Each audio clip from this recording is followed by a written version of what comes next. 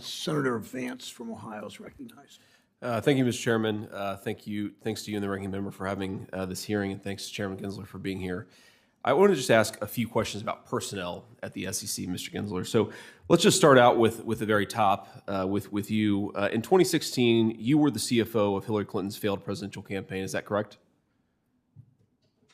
I was proud to be chief financial officer to the Clinton campaign. Great. Chairman Gensler, is it also correct that your current enforcement director, Gerber Grewal, was most recently the Attorney General of New Jersey? A yes or no answer will suffice. He served his nation well, and he was Attorney General of New Jersey. So just to recap, the Attorney General of New Jersey is the guy who refused to enforce immigration laws and cooperate with ICE. He also launched, I believe, 8 separate investigations against Donald Trump during his time as Attorney General. Chairman Gensler, is it also correct that your recently hired General Counsel, Megan Barbero, was previously Deputy General Counsel under Nancy Pelosi and litigated 2 impeachment hearings against Donald Trump? I believe she was Deputy General Counsel of the House of Representatives. Great. So, and I'll also note that one of your senior enforcement counsels is married to Peter Strzok. My point here, Mr. Gensler, is that you seem to have a very troubling pattern of hiring at an impartial regulatory agency a lot of people who seem to have a vendetta against the former president. And I fear and I worry that that has implicated itself and affected the policy at the SEC. Chairman Gensler, when did the SEC take its first enforcement action against a SPAC? Do you know the exact time? Senator, we'd have to get back to you. I don't know what decade that was. So according to my staff's research, September of 2021 is the first time that you guys at the SEC launched enforcement action against a SPAC. So I want to recap just a few things, and then I want to ask a question. First, you were Clinton's finance director in 2016, Hillary Clinton's finance director. Second, you hired anti-Trump enforcement director Grewal in July of 2021.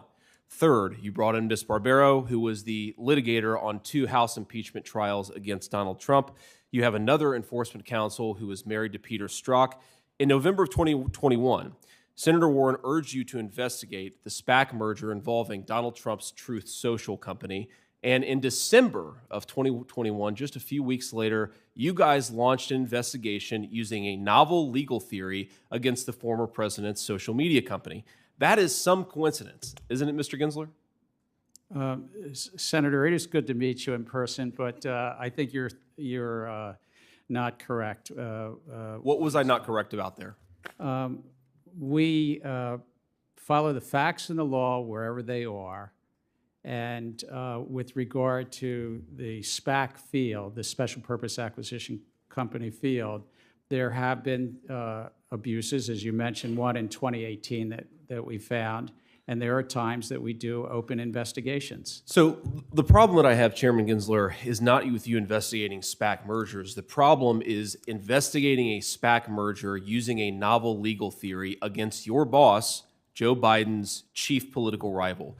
Also against a social media company, which of course at the time, Twitter and Facebook and every social media company had banned the former president. So you can make a pretty good argument that the SEC was using its enforcement powers to silence the chief political rival of the current president.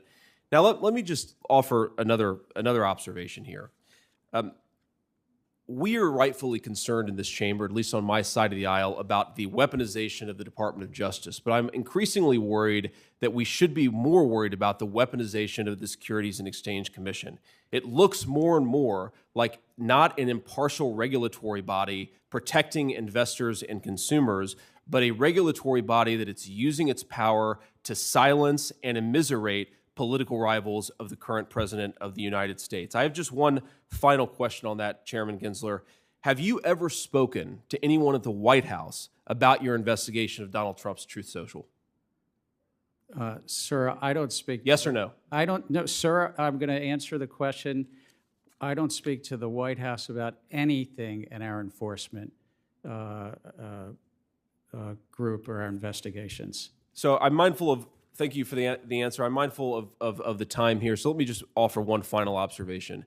I have little hope that I could persuade you that hiring committed partisans and using the regulatory powers of the SEC in a way that looks and I think is politically partisan, is a true threat to American democracy. But maybe I can appeal to your sense of self-interest. If you guys use the SEC in such a politically motivated way, eventually you're going to be out of power. And I have to say, Chairman Gensler, turnabout is fair play. Thank you, Mr. Chairman. Can I just, sir, Chair? I'm very proud of the agency, and I'm proud of the Division of Enforcement and of my fellow commissioners in considering these matters. The one matter the Senator mentioned actually was settled earlier this year, and it was not with the former president. It's with the company. And it's all a matter of public record, that settlement. Thanks, Chair Gensler.